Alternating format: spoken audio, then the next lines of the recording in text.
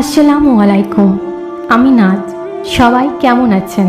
আশা করি আল্লাহর রহমতে সবাই ভালো আছেন। আচ্ছা, আমরা সবাই দোয়া করি আর আল্লাহ তাআলা আমাদের দোয়া কবুল করেন, কিন্তু অনেক সময় আমাদের অনেক ইচ্ছে পূরণ হয় না। আল্লাহ তাআলা আমাদের অনেক দোয়াই কবুল করেন না। তাহলে আজকের ভিডিওতে আমি কয়েকটি কারণ বলবো যেগুলো থাকলে আল্লাহ তাআলা দোয়া কবুল করেন না। আপনি নিজের সাথে মিলিয়ে দেখতে পারেন আপনার সাথে কোনটি মিলে যাচ্ছে। তাহলে চলুন ভিডিওটি শুরু করা যাক। দোয়ার শাব্দিক অর্থ হলো ডাকা, তবে বেশিরভাগ ক্ষেত্রে বিশেষ কোনো প্রয়োজনে ডাকার অর্থে ব্যবহৃত হয়। দোয়া ইবাদতের মগজ তুল্য। সর্বাবস্থায় যারা মহান আল্লাহর কাছে দোয়া করে, আল্লাহ তাদের ভালোবাসেন। আল্লাহ আমাদের প্রতিটি দোয়াই কবুল করেন। কিছু দোয়ার ফলাফল তাড়াতাড়ি দেন, আবার কিছু দোয়ার ফলাফল আখিরাতের জন্য জমা রেখে দেন। পবিত্র কোরআনে মহান আল্লাহ তাআলা বলেছেন, তোমরা আমাকে ডাকো, আমি তোমাদের ডাকে সাড়া দেব।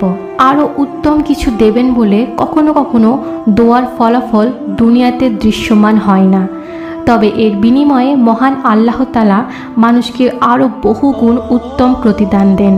সে দোয়ার মধ্যে যা চেয়েছিল তা হয়তো তাকে সাময়িক কষ্ট থেকে রক্ষা করত, কিন্তু মহান আল্লাহ তাকে সাময়িক সুখটুকু না দিয়ে স্থায়ী সুখের ব্যবস্থা করে দেন।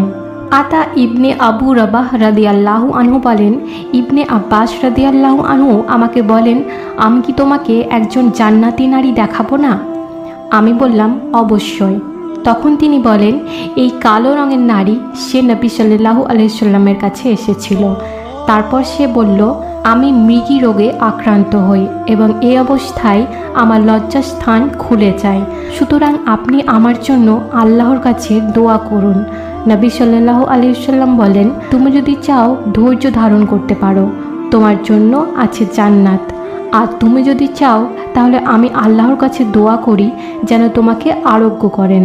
তখন ওই নারী বলল, আমি ধৈর্য ধারণ করব। তারপর সে বলল, ওই অবস্থায় আমার লজ্জাস্থান খুলে যায়, কাজেই আল্লাহর কাছে দোয়া করুন যেন আমার লজ্জাস্থান খুলে না যায়।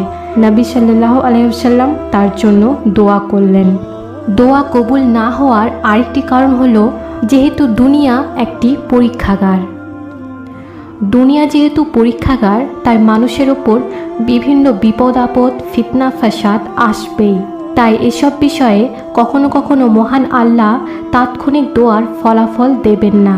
3 নম্বর কারণ হচ্ছে অকল্যাণের দোয়া করলে। কখনো কখনো অনেকেই কষ্টের শিকার হয়ে না বুঝে অকল্যাণকর বিষয়ে দোয়া করে বসে। মহান আল্লাহ তাআলা দয়া করে তাদের সেই দোয়াগুলো কবুল করেন না। পবিত্র কোরআনে ইরশাদ হয়েছে, আর মানুষ অকল্যাণ কামনা করে যেভাবে কল্যাণ কামনা করে, গুনাহে অবিচলতা।